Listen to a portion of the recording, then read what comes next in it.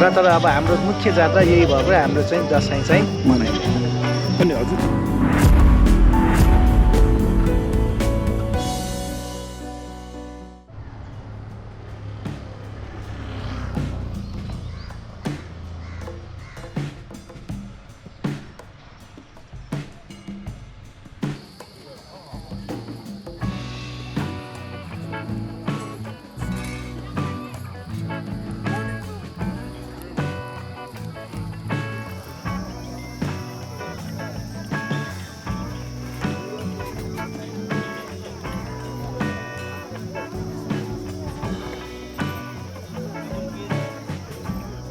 घटस्थापनाको दिनदेखि होइन, अनि घटस्थापना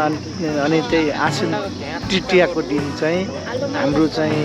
ढोका बाहिर चोखो राँगा काट्ने दिन हुन्छ र त्यहाँ चोखो राँगा काटिन्छ र त्यो दिन पनि पुजारीहरूले त्यहाँबाट पूजा सामग्री ल्याएर यहाँ राति पूजा गर्न आउँछ। र यो वर्ष विशेष रूपमा रहेको छ। यो वर्ष हाम्रो 12 वर्षे जात्रा हो र 12 वर्षको जात्राको के हो पृथक भन्दाखेरि अरू बेला चाहिँ सबै जात्राहरू जसरी मनाइन्छ त्यसरी मनाइन्छ र यो वर्ष चाहिँ 12 वर्षको दिन चाहिँ जुन चाहिँ आश्विन शुक्ल तृतीयाको दिन हाम्रो चाहिँ श्री खण्ड खर्ग भवानी र हाम्रो कुमारीले शक्ति साधना गर्ने रूपमा लिएको छ र यो चाहिँ 12 वर्षको एकचोटि मात्र हुने गर्छ र यो वर्ष चाहिँ त्यो जात्रा चाहिँ सकिएको छ र हिजो हाम्रो मूल जात्रा हो र मूल जात्राको चाहिँ राति हामी खोकनाबाट हाम्रो चाहिँ रुद्रायणी मन्दिरमा विराजमान भगवानहरू मन्दिरबाट हाम्रो तल लाछीमा प्रस्थान हुन्छ र त्यहाँ विश्राम गरिन्छ। त्यसै गरी हाम्रा 3वटा गुठीहरू तगुठी, सलागुठी, जगुठीका 3वटा यी क्याम्पको देवगणहरूलाई पनि सँगसँगै हाम्रो माथिल्लो लाछीबाट तल्लो लाछीमा ल्याइन्छ। त्यो ल्याउने क्रममा यो खड्ग भवानी यहाँ देखिराख्नु भएको छ। खड्ग भवानी पनि सँगसँगै ल्याइन्छ र आज राति चाहिँ तल्लो लाछीमा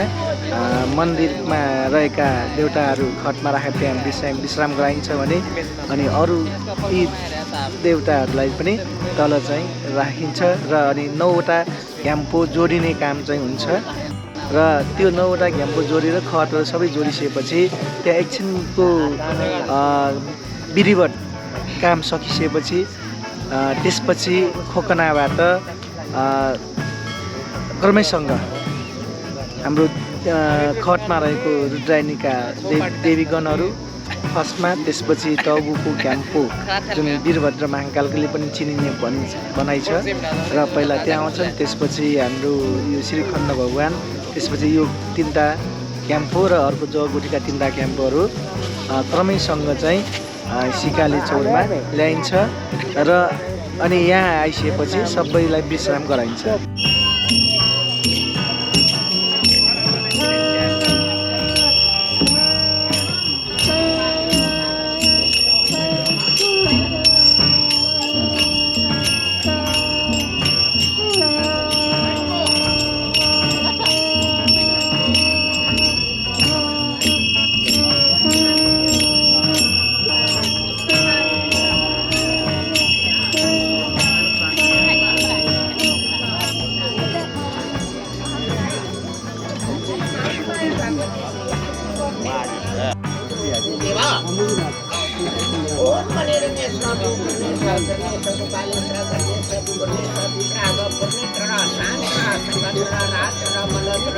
देशावत्याम पूर्व कोले मनमत्याम उत्तर कोले पूर्वपत्याम पश्चिम कोले देशावती फलप्रादित्य भागवन्त श्री गुरुभद्राचार्य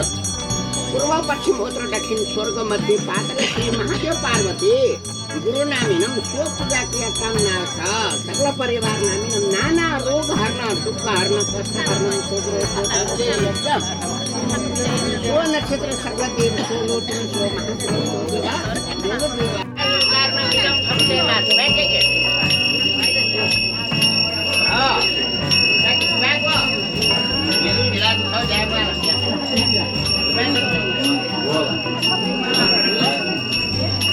ओम नमः बुद्धाय ओम नमः परमाय ओम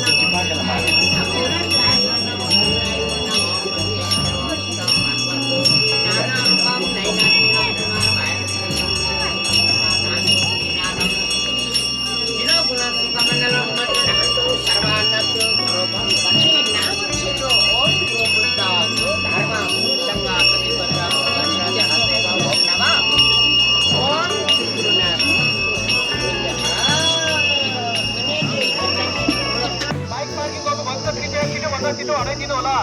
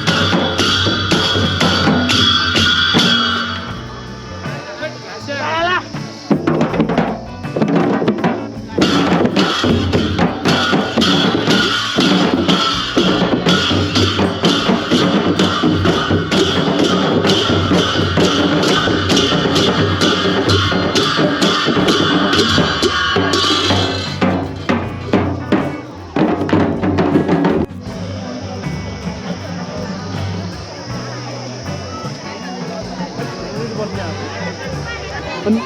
यो दसैँ नमनाउनुको कारण र तर अब हाम्रो मुख्य जात्रा यही भएको हाम्रो चाहिँ दसैँ चाहिँ मनाइन्छ।